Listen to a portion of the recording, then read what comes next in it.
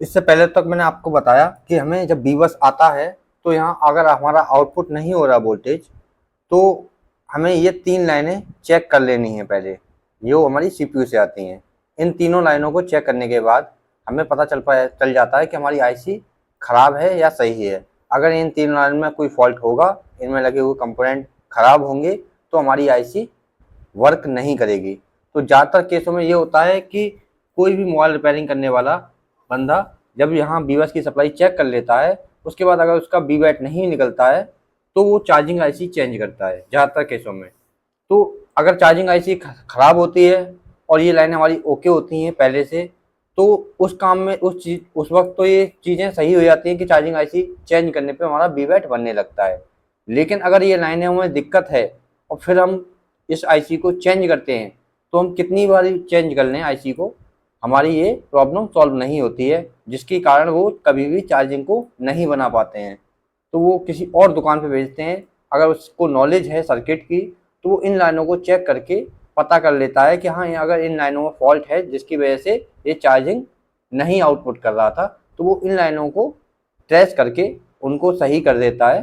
जैसे मैंने आपको बताया था कि इस लाइन में लगी हुई जो रजिस्टर होती हैं उनको चेक कर लेंगे और वोल्टेज चेक कर लेंगे, तो वो उस चीज़ को रिपेयर कर देता है, तो उसकी प्रॉब्लम सही हो जाती है और चार्जिंग बनने लगती है, जिसका वो अपने हिसाब से पैसा भी लेता है, अच्छा खासा पैसा भी लेता है, क्योंकि उसे कोई वो रिपेयर नहीं कर पाते लोग, क्योंकि उनको नॉलेज नहीं होती प्रॉपर स्कीमेटिक की, तो वो रिपेयर नहीं कर पाते, वो चार्जिंग आईसी चेंज करते रहते हैं और वोल्टेज नहीं बनता है।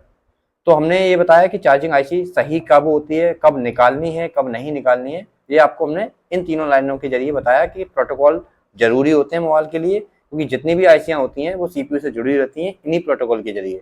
अगर ये प्रोटोकॉल नहीं आएंगे तो आईसी वर्क नहीं करेगी। तो हमें ये पता चला कि आईसी कब निकालनी है, कब उसकी ख़राब कंडीशन है, कब नहीं।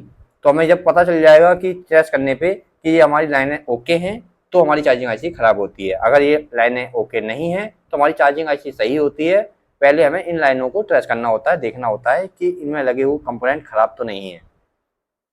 अब इसके बाद हम बात करते हैं कि बैटरी की जब यहाँ से लाइन निकलती है, तो इस कैपेसिटर पे जाती है और यहाँ से ये आउट होकर के एक आईसी पे जाती है, जिसका नाम होता है फ्यूल गेज आईसी।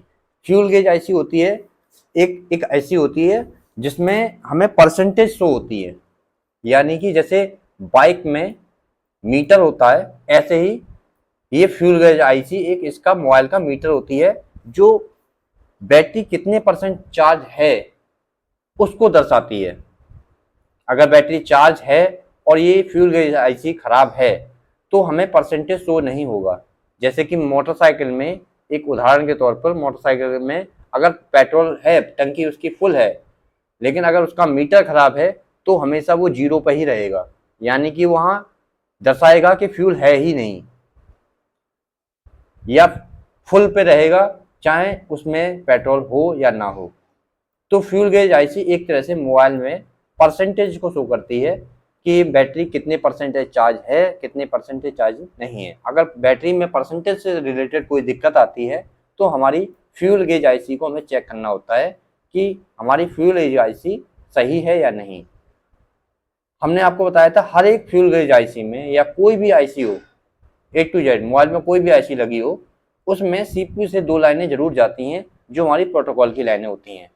ये हमारी प्रोटोकॉल की लाइन यही वाली लाइन है जो हमें चेक करनी होती है। ये सेम नाम लिखा हुआ है यहाँ पर, बग एसएमबी I2C, इन दोनों के लिए भी यही लाइन दी हुई है, I2C प्रोटोकॉल वाली।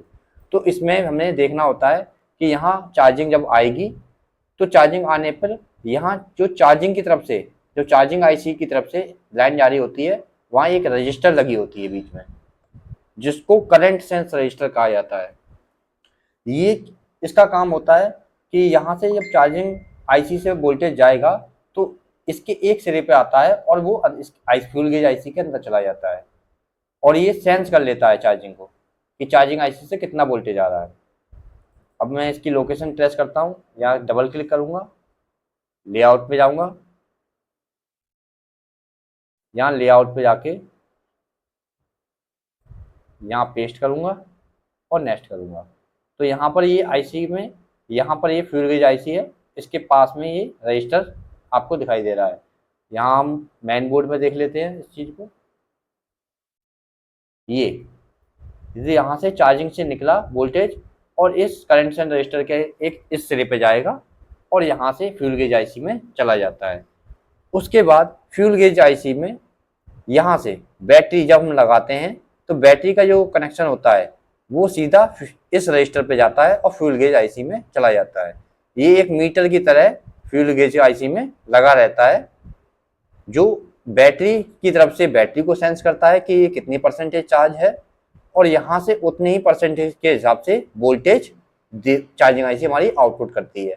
जब हमने देखा होगा कि जहाँ बैटरी नहीं लगी होती है तो यहाँ से वोल्टेज फ्लक्चुएट होते रहते हैं।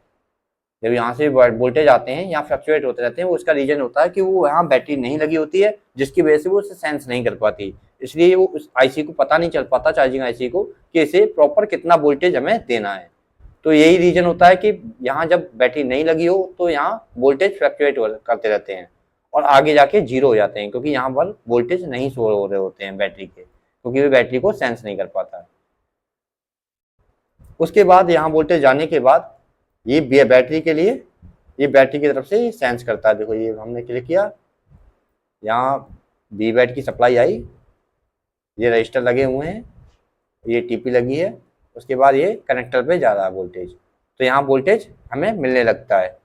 अब हम बात करते हैं कि एरर के बारे में, कि हमें अगर कोई एरर आता है चार्जिंग सेक्शन में जिसकी वजह से चार्जिंग रुक जाती है तो हमें क्या क्या टेस्ट करना होता है।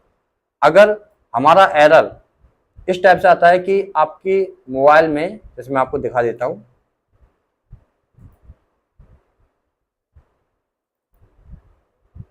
कई तरह के एरर आते हैं, जैसे इसमें कुछ एरर हैं, जैसे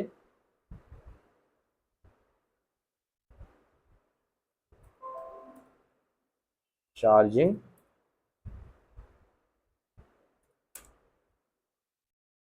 एरर,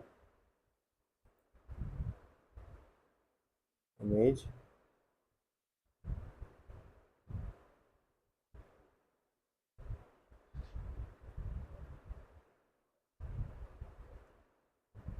यहाँ ये एरर दे रहा है, charging error, the battery contact error, please contact customer service centre.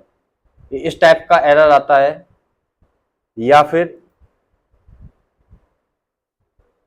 इस टाइप का एरर आता है, जो उसमें एरर में क्या है कि जो लोगो एमएमसी आईसी के अंदर पड़ा रहता है वही लोगो शो करता है, लेकिन इस टाइप के एरर होते हैं कि चार्जिंग से रिलेटेड, कि चार्जिंग का एरर आ रहा है, जैसे यहाँ ये दिखा रहा है, इस टाइप का एरर। जितने भी एरर आते हैं वो हमारी आईडी की लाइन से आते हैं, जो मोबाइल में आईडी की लाइन होती है वहां से एरर आते हैं। ये जैसे ये एरर आ रहा है, यहाँ ये दिखाई दे रहा है,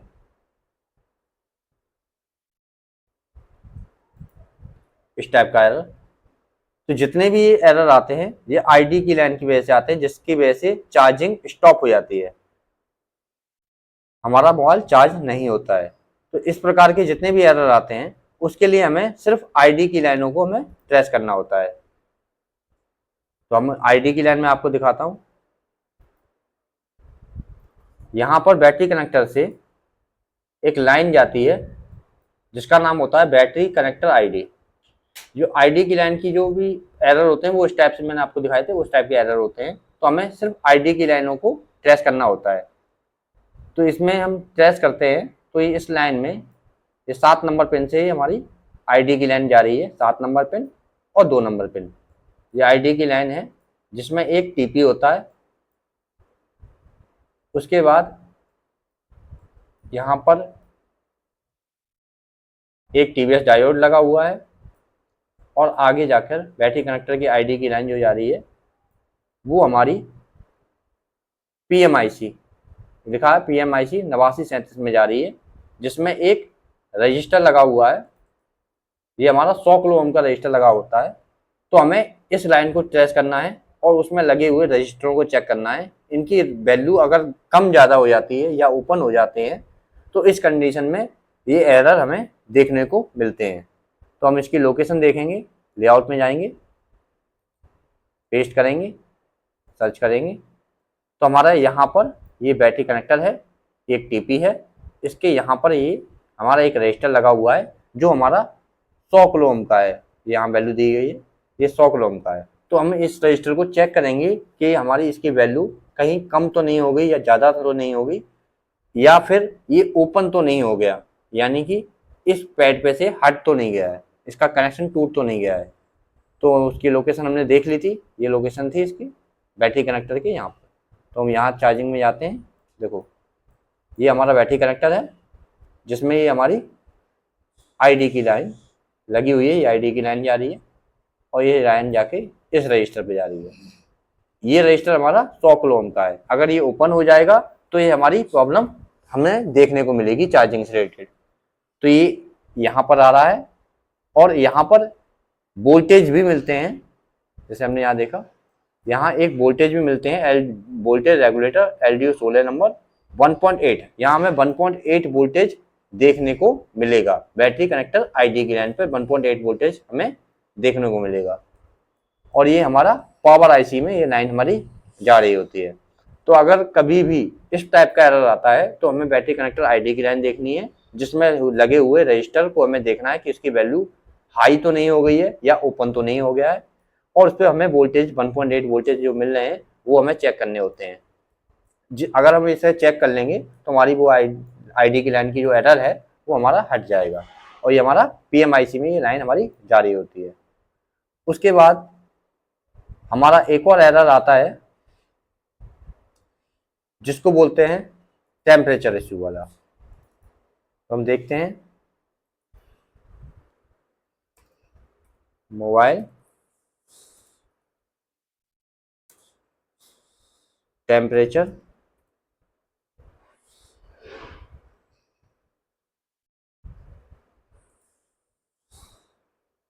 एरर।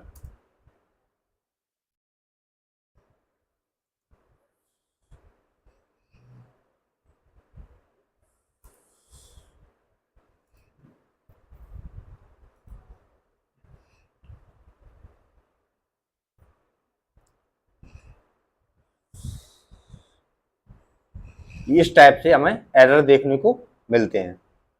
ये हमारा एरर है charging stop, your phone temperature is too low, charging will continue when the temperature return to normal.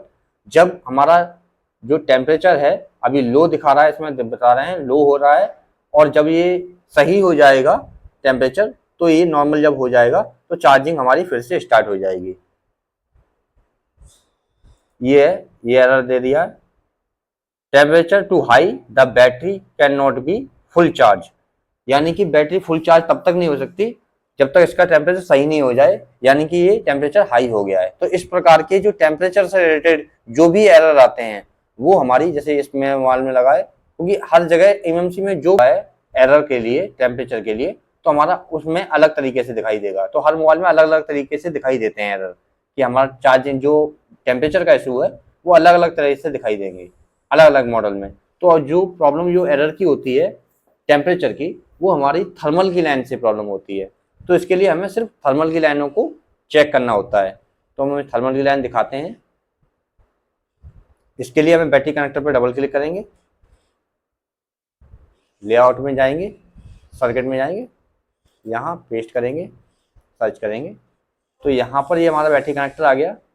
इसमें जो थर्मल की लाइन है, बैटरी थर्मल की लाइन, तो हमें अगर इस प्रकार का कोई एरर मिलता है तो हमें बैटरी थर्मल की लाइन को चेक करना होगा, क्योंकि अगर इस लाइन में एरर होगा तो बैटरी थर्मल की लाइन में अगर एरर आता है तो हमें ये एरर देखने को मिलेगा टेम्परेचर का, जिसकी वजह से हमारी बैटरी चार्ज नहीं होगी, मोबाइल चार्ज नहीं होगा। तो हम बैटरी थर्मल की जो लाइन है उसको हम ट्रेस करेंगे। तो यहाँ हम बैटरी थर्मल की लाइन पर क्लिक करेंगे। देखो यहाँ पर ये रिजर्व कर रखा है एरिया, यानी कि इसमें यहाँ पर एक तरह का रिजर्व एरिया रख दिया है, लेकिन ये हमारा कोई काम का नहीं है।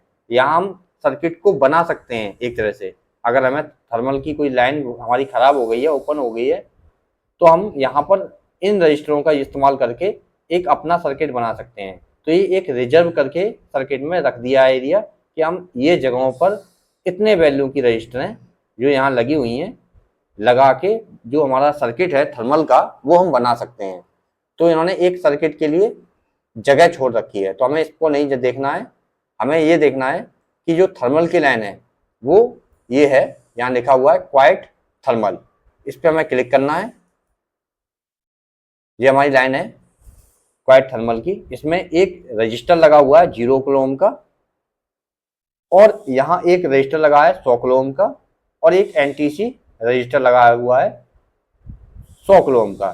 तो हमें 1 2 3 रजिस्टरों को यहाँ पर चेक करना होगा, जहाँ पर 1.8 वोल्टेज भी इस लाइन में मिलते हैं, देखने को मिलते हैं। जो ये 0 ओम का रजिस्टर लगा हुआ है, किसी किसी बोर्ड में ये बैटरी के अंदर होता है। तो यहाँ एक डिवाइडर सर्किट की तरह यहाँ बना हुआ है सर्किट। तो ये जो रजिस्टर लगा होता है ये ज़्यादातर कभी किसी मोबाइल में ज़्यादातर बैटरियों में मिलता है। तो हमें ये एरर मिलते हैं, तो हम कभी कभी बैटरी के अंदर जो 0 ओम का रजिस्टर शॉर्ट कर देते हैं, तो तभी ये प्रॉब्लम हमारी सॉल्व हो जाती है ज़्यादातर। तो यहाँ 1.8 वोल्टेज आ रहे हैं, तो हम इस रजिस्टर पे 1.8 वोल्टेज भी चेक करेंगे, साथ में यहाँ इसकी वैल्यू भी चेक करेंगे 100 किलो ओम का है या नहीं।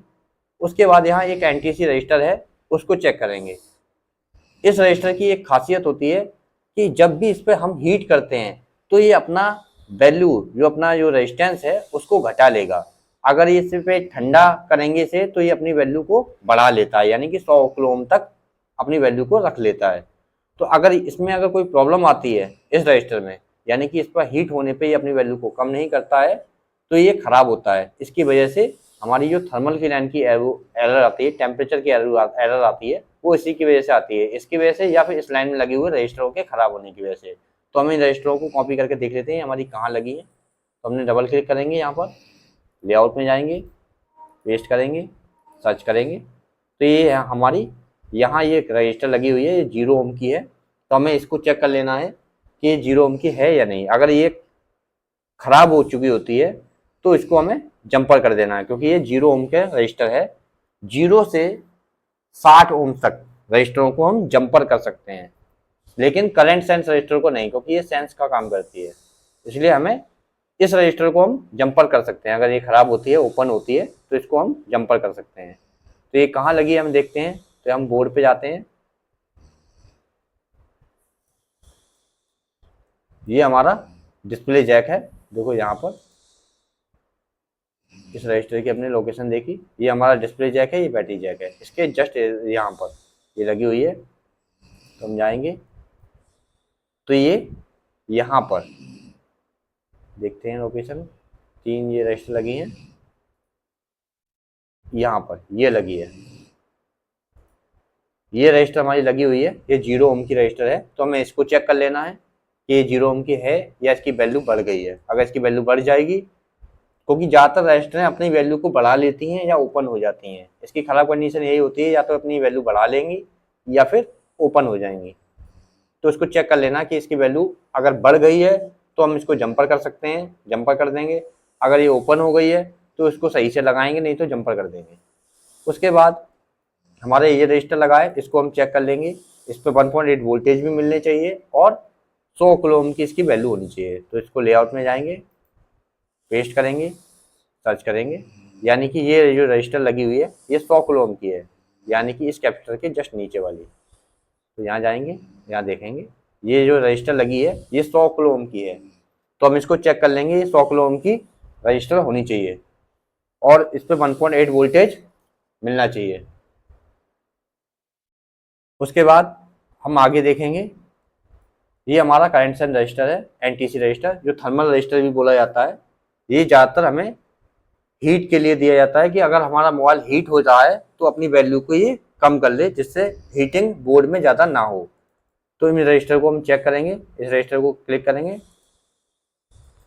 यहाँ पेस्ट करेंगे, सर्च करेंगे, ये लिखा हुआ है NTC 0601। इस रजिस्टर को हम देखेंगे, ये यहाँ लगा हुआ है, ये थर्मल रजिस्टर होता है, जो थर्मल की लाइन में मेन रजिस्टर होता है। इसके खराब होने पर ज़्यादातर ये केस में यही होता है कि हीटिंग की प्रॉब्लम आती है, मोबाइल हीट होगा, ये अपनी वैल्यू को कम नहीं करेगा, जिसकी वजह से टेम्परेचर हाई की प्रॉब्लम आने लगेगी। या फिर मोबाइल ठंडा है तो ऑटोमेटिक ज़्यादा ठंडा हो जाएगा, क्योंकि अपना वर्क नहीं कर रहा होगा सही से, क्योंकि इसकी वैल्यू 100 किलो ओम की होती है, ये ऊपर नीचे अपनी वैल्यू को करता है, हीट होने पे अपनी वैल्यू कम करता है और ठंडा होने पे अपनी वैल्यू को बढ़ा लेता है, 100 किलो ओम तक बढ़ा लेता है। तो जब ये खराब होगा तो हमें टेम्परेचर का इशू का प्रॉब्लम आएगा। तो हमें इसको चेक कर लेना है, इस पर हम हीट मार के चेक कर सकते हैं कि अपनी वैल्यू को कम कर रहा है या नहीं। और इसको जब हम चेक करेंगे तो कुछ वैल्यू हमारी कम दिखाएगा, क्योंकि ये अपनी रेजिस्टेंस को फैला देता है, बोर्ड में लगा होता है, थोड़ी बहुत रेजिस्टेंस इसकी फैल जाती है। तो इसको हम निकाल के प्रॉपर चेक करेंगे तो इसकी वैल्यू 100 किलो ओम में देखने को मिलेगी। अगर इस पर हम हीट मारेंगे तो ये अपनी वैल्यू अगर कम कर रहा है तो ये सही है, अगर ये अपनी वैल्यू को कम नहीं करता है तो हमें इसको चेंज करना पड़ेगा। इसके लिए हम सेम बोर्ड से थर्मल रजिस्टर, एनटीसी रजिस्टर यहीं पर सेम लगाएंगे। अगर हम सेम वैल्यू को नहीं लगाएंगे तो हमारी एरर की जो थर्मल एरर की प्रॉब्लम है टेम्परेचर की, वो नहीं जाएगी। तो हमें सेम बोर्ड से थर्मल रजिस्टर हमें लगाना पड़ेगा। अगर हमें पता करना है मोबाइल में कि थर्मल रजिस्टर लगा कैसे होता है, कहाँ लगा है, किसी बोर्ड में, तो इसके लिए हम हार्डवेयर सॉल्यूशन में यहाँ एक ऑप्शन होता है थर्मल लाइन का, तो यहाँ चेक कर सकते हैं। जैसे यहाँ दिया है थर्मिस्टर करके ऑप्शन दिया हुआ है, यहाँ पर थर्मिस्टर रेडमी 5A का ये थर्मिस्टर है वो कहाँ लगा है, तो इस थर्मिस्टर पर क्लिक करेंगे।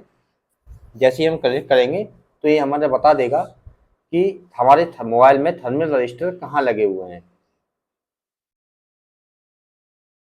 थोड़ी देर वेट करेंगे, अभी खुलेगा ये।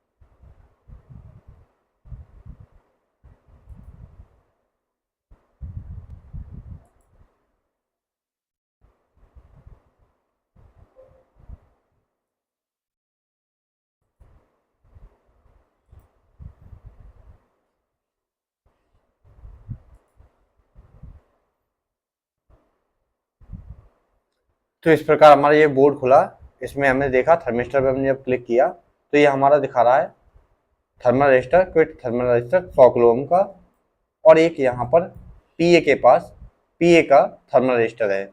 यहाँ हमने देखा होगा जब भी हम नेट खोलते हैं, हमारा वाईफाई ब्लूटूथ अगर हमारा हीट होने पे बंद होने लगता है, जैसे हम इंटरनेट का ज़्यादा यूज कर रहे हैं और हमारा मोबाइल हीट होने लगता है, जैसे हम हॉटस्पॉट चलाते हैं तो हमारा हीट ज़्यादा होने की वजह से हॉटस्पॉट ऑटोमेटिक बंद हो जाता है। तो ये नेटवर्क सेक्शन के पास लगा होता है एक, इसकी वजह से वो प्रॉब्लम आती है। जब ज़्यादा हीट हो जाता है, अगर वो वर्क नहीं कर पाता अपना सही से थर्मल रजिस्टर, तो नेटवर्क को वो बंद कर देता है, क्योंकि उसकी वजह से मोबाइल हीट हो रहा होता है ज़्यादा। तो ये थर्मल रजिस्टर की प्रॉब्लम आने की वजह से नेटवर्क में भी ये दिक्कत आती है कि तुम्हारा ऑटोमेटिक वाईफाई तुम्हारा बंद हो जा रहा है या फिर हॉटस्पॉट तुम्हारा बंद हो जाता है। एक हमारा डिस्प्ले सेक्शन के पास लगा होता है थर्मल रजिस्टर। तो इस प्रकार से हम किसी भी बोर्ड का थर्मल रजिस्टर हमें पहचानना है कि कहाँ लगा है बोर्ड में, तो यहाँ एक वॉल्यूम ऑप्शन होता है, थर्मल थर्मिस्टर करके ऑप्शन होता है, उस पर हम क्लिक करके पता कर सकते हैं कि हमारे बोर्ड में थर्मिस्टर कहाँ लगा हुआ है। इसके बाद हमने जब ये लाइनें चेक कर लेंगे तो हमें प्रॉपर हमारा पता चल जाता है कि हमारी लाइन में, थर्मिस्टर की लाइन में प्रॉब्लम कहाँ से है। और ये थर्मल रजिस्टर की जो लाइन होती है वो सीधी हमारी पावर आईसी के अंदर जाती है।